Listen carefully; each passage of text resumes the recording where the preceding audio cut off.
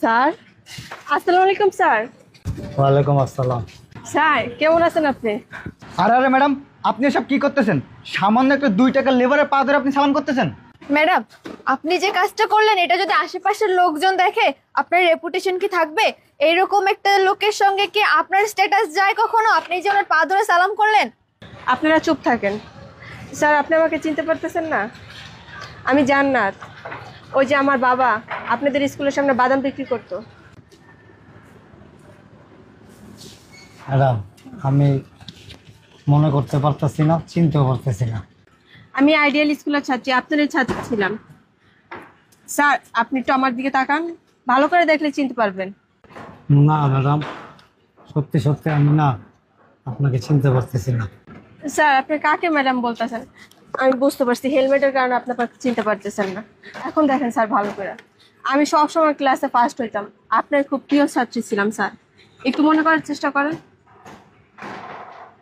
Sir, আমি সবসময় এক জুটি করলে আপনি বলতেন তুমি সবসময় 2 জুটি করবে, তাইলে তোমার ভালো লাগবে। এমনকি একটা পর্যায়ে দেখা গেল স্যার আমার পড়ালেখাও বন্ধ হয়ে যেতেছিল, তখন কিন্তু আপনি আমার পাশে দাঁড়াইছিলেন স্যার, মনে আছে?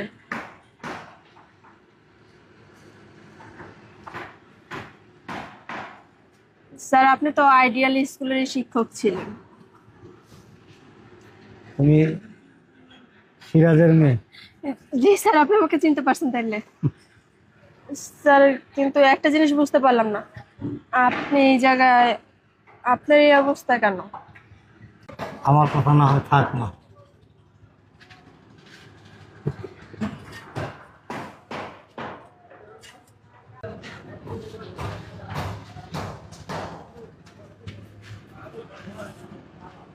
আমি এখান থেকে চলে যাবো। এখন কন্ট্রাক্টর আসবে, কন্ট্রাক্টর যদি দেখে আমি তোমার সাথে কথা বলতেছি তাহলে আমার সমস্যা হবে, আমার সাথে রাগারাগি করবে।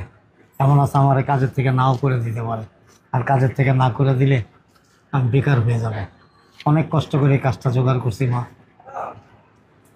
স্যার, আপনি ভয় পাবেন না, কেউ আপনারা কিছু বলবে না, কারণ এইখানকার মেন ইঞ্জিনিয়ারই আমি। তাই নাকি মা? জি স্যার। আসলে কি আজকালকার স্টুডেন্টরা না, মানে শিক্ষকরা যখন নিচু কোনো কাজ করে তখন আর পরিচয় দিতে চায় না। অনেক স্টুডেন্ট আছে, কেউ বড় বড় ডিপ্লোমা ইঞ্জিনিয়ার, কেউ বড় বড় শিল্পপতি হয়ে গেছে, কেউ অনেক বড় বড় প্রতিষ্ঠানের মালিক হয়ে গেছে, গাড়ি বাড়ি অট্টালিকার মধ্যে থাকে। তারা তাদের গরিব শিক্ষকদের পরিচয় দিতে চায় না, দেখলেও না দেখার ভান করে চলে যায়, অ্যাভয়েড করে। কিন্তু তোমার বেলায় সম্পূর্ণ ভিন্ন। ঠিক আছে মা, আপনি যান, অন্য এক সময় কথা হবে। আচ্ছা স্যার, সবই তো বুঝলাম, কিন্তু আপনি সামান্য একজন। আপনি আমার গায়ে হাত দিয়েন না। স্যার, আমি তো আপনার মেয়ের মতো, কি আপনার মেয়ে? আপনি যদি আমার পাশে না দাঁড়াতেন আমি কিন্তু আজকে এই পর্যায়ে আসতে পারতাম না স্যার। স্যার, আপনি কান্না করবেন না, আপনি কান্না করলে কিন্তু আমার খুব কষ্ট লাগে স্যার।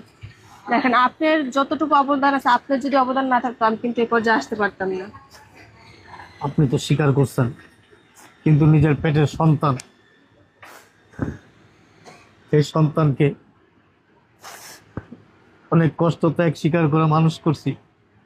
সামান্য কত টাকা বেতন পাইতাম স্কুলে শিক্ষকতা করে, ওইখান থেকে অর্ধেক টাকা সংসারে ব্যয় করতাম, আর বাকি অর্ধেক টাকা গরিব অসহায় দুস্থ মানুষদের মাঝে বিলাইয়ে দিতাম।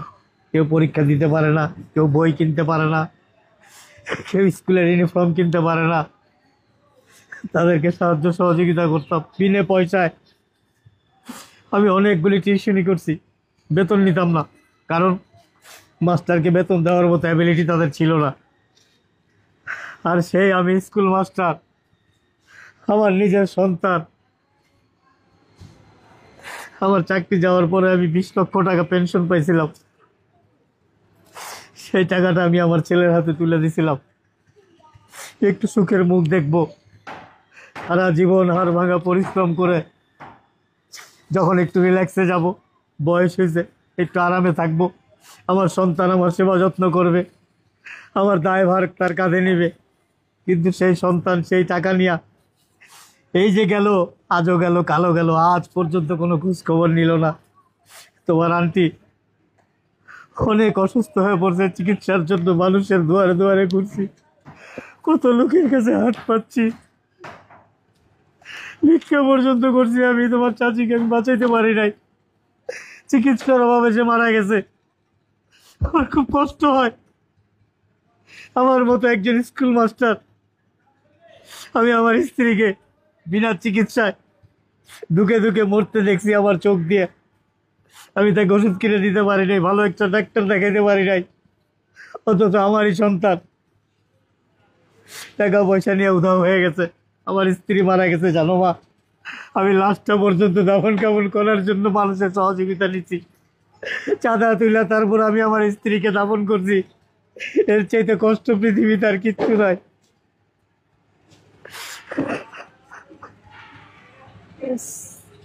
অনেক কষ্ট করছি, না খেয়ে মানুষের দুয়ারে দুয়ারে ঘুরছি। তোমার আন্টি মারা যাওয়ার পরে কাজের জন্য অনেক জায়গায় গেছি, কেউ কাজ দেয় না। এই কিছুদিন বোঝার কাজ করছি, কিন্তু ভারী বোঝা আর তুলতে পারি না, আমার শরীরে শক্তি দিতে পারি না। লেবারের কাজটা নিয়েছি, আমাকে কন্ট্রাক্টর কাজ দিতে চায় না, আপনি কাজ করতে পারবেন না। পায়ে ধরে তারপর আমি কাজটা নিয়েছি। আপনি চলে যান মা, আমার কাজটা চলে গেলে আমি অনেক কষ্ট করবো মা, আপনি চলে যান। স্যার আপনি কান্না করবেন না, আপনাকে সান্ত্বনা দেওয়ার মতো ভাষা আমার জানলে। তবে স্যার আমি একটা কথা বলতে পারি, কে বলছে আপনার সন্তান নেই? আজকে থেকে মনে করবেন আমি আপনার মেয়ে, আপনি আমার সাথে চলেন, আপনি আমার বাসায় থাকবেন, এগুলো রাখেন। আসলে কি মা জানো, এখনকার ছেলে মেয়েরা না শিক্ষকদের সম্মান দিতে জানে না। শিক্ষকরা কি চায় সেই ভাষাই তো বোঝে না তারা। একজন শিক্ষক কি চায়? টাকা পয়সা চায়, ধন দৌলত চায়, বাড়ি গাড়ি চায়? না মা, কিছুই চায় না। শুধু চায় কি জানো? একটু শ্রদ্ধা, একটু শ্রদ্ধা ভক্তি, একটু সম্মান। এছাড়া শিক্ষকরা আর কিচ্ছু চায় না মা। কিন্তু আজকালকার ছেলে মেয়েরা আসলে মা পড়াশোনা শেষ করে যখন তারা প্রতিষ্ঠিত হয়, অনেক টাকা পয়সার মালিক হয়, একটা সম্মানিত জায়গায় পৌঁছায়, তখন তারা শিক্ষককে সম্মান করে না, অ্যাভয়েড করে তারা শিক্ষককে সম্মান করে। তখন একটা শিক্ষকের ভিতরে কি হয় জানো? তোমাকে আমি বইলা বুঝাইতে পারবো না রে মা। স্যার আপনি কান্না করবেন না, আপনি কান্না করলে আমার কাছে খুব খারাপ লাগে স্যার। আমি আসলে মা সত্যি তোমার নিয়ে খুব প্রাউড ফিল করতেছি। আজকালকার ছেলে মেয়েরা তো পরিচয় দেয় না, তুমি তারপরও আমারে দেখছো, দেখো না দেখার ভান করে চলে যাও নাই, দাঁড়াইছো, আমার কথা শুনছো, তোমার কথা বলছো। এই যে সময়টা আমার পিছনে ব্যয় করছো, আমার ভিতরটা আসলে মা এত বড় হয়ে গেছে।